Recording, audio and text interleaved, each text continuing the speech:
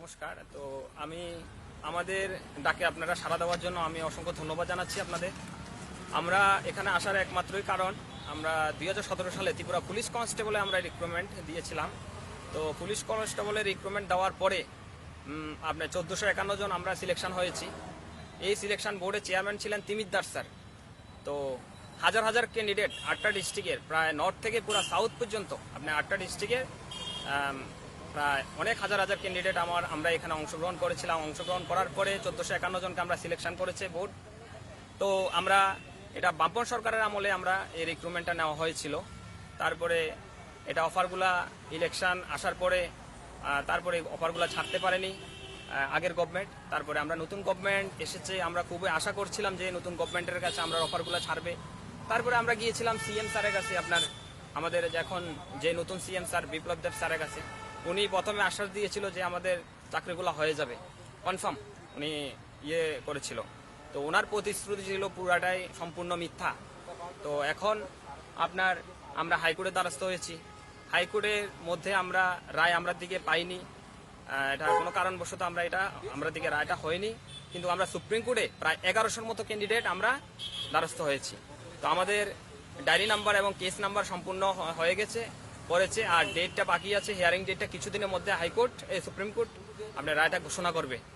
তো আমরা চাই, এটা আমাদের কোনো অপরাধ নেই, আমরা কোনো দোষ করিনি, আমরা কোনো রাজনৈতিক দলের সাথে আমরা যুক্ত হয়ে আমরা রিক্রুটমেন্টে যাইনি পুলিশের। আমরা রিক্রুটমেন্ট দেখেছি, নোটিফিকেশন দেখেছি, তারপরে আমরা গিয়েছি গ্রাউন্ডের মধ্যে। তারপরে আমরা সাথে যা অন্যায় হয়েছে এটা বলার মতো না। তো আমরা চাই গভর্নমেন্ট আমরা এটা দেখুক, এই রাজ্য সরকার আমাদের প্রতি দেখুক। আর যদি আমরা এই অফারগুলো আমরা না পাই, তাহলে আমরা ন্যায় বিচার যদি কোর্টে না পাই, তাহলে আমরা বৃহত্তর আন্দোলনের জন্য আমরা যাব, সিদ্ধান্ত নিয়েছি। আর এই বৃহত্তর আন্দোলনের মধ্যে আমাদের 1451 জনের ফুল ফ্যামিলি, মা ভাই বোন সবাই আমরা এখানে অংশগ্রহণ করব। এবং এটা 10,300 জন আপনারা দেখছেন সিটি সেন্টারের সামনে।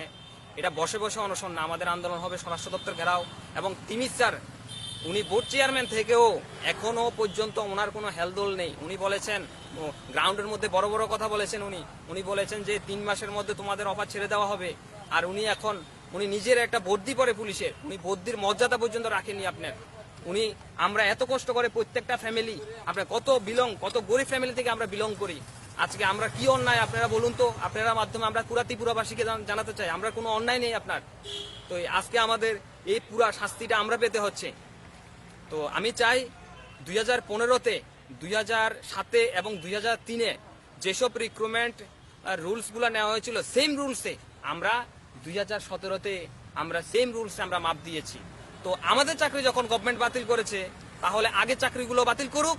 আর যদি বাতিল না করে, আমরা হাইকোর্টে দ্বারস্থ হব। পুরা আগের যে 3টা বেচ আপনার 3টা বেচ না, 4টা বেচ এবং 2015 পুরা এই 4টা বেচের নামে আমরা মামলা করব। এবং 2015-তে আমরা রুলসের কাগজটা আমার কাছে আছে, এটা নিয়ে আমরা হাইকোর্টে দ্বারস্থ হব।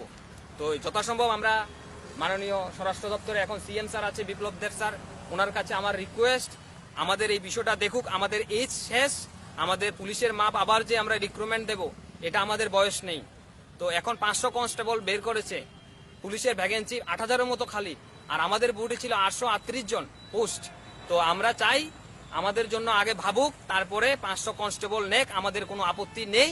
তো আমরা চাই আমাদের জন্য ভাবুক, না হলে আমরা বৃহত্তর আন্দোলনে যাব। নমস্কার সবাইকে।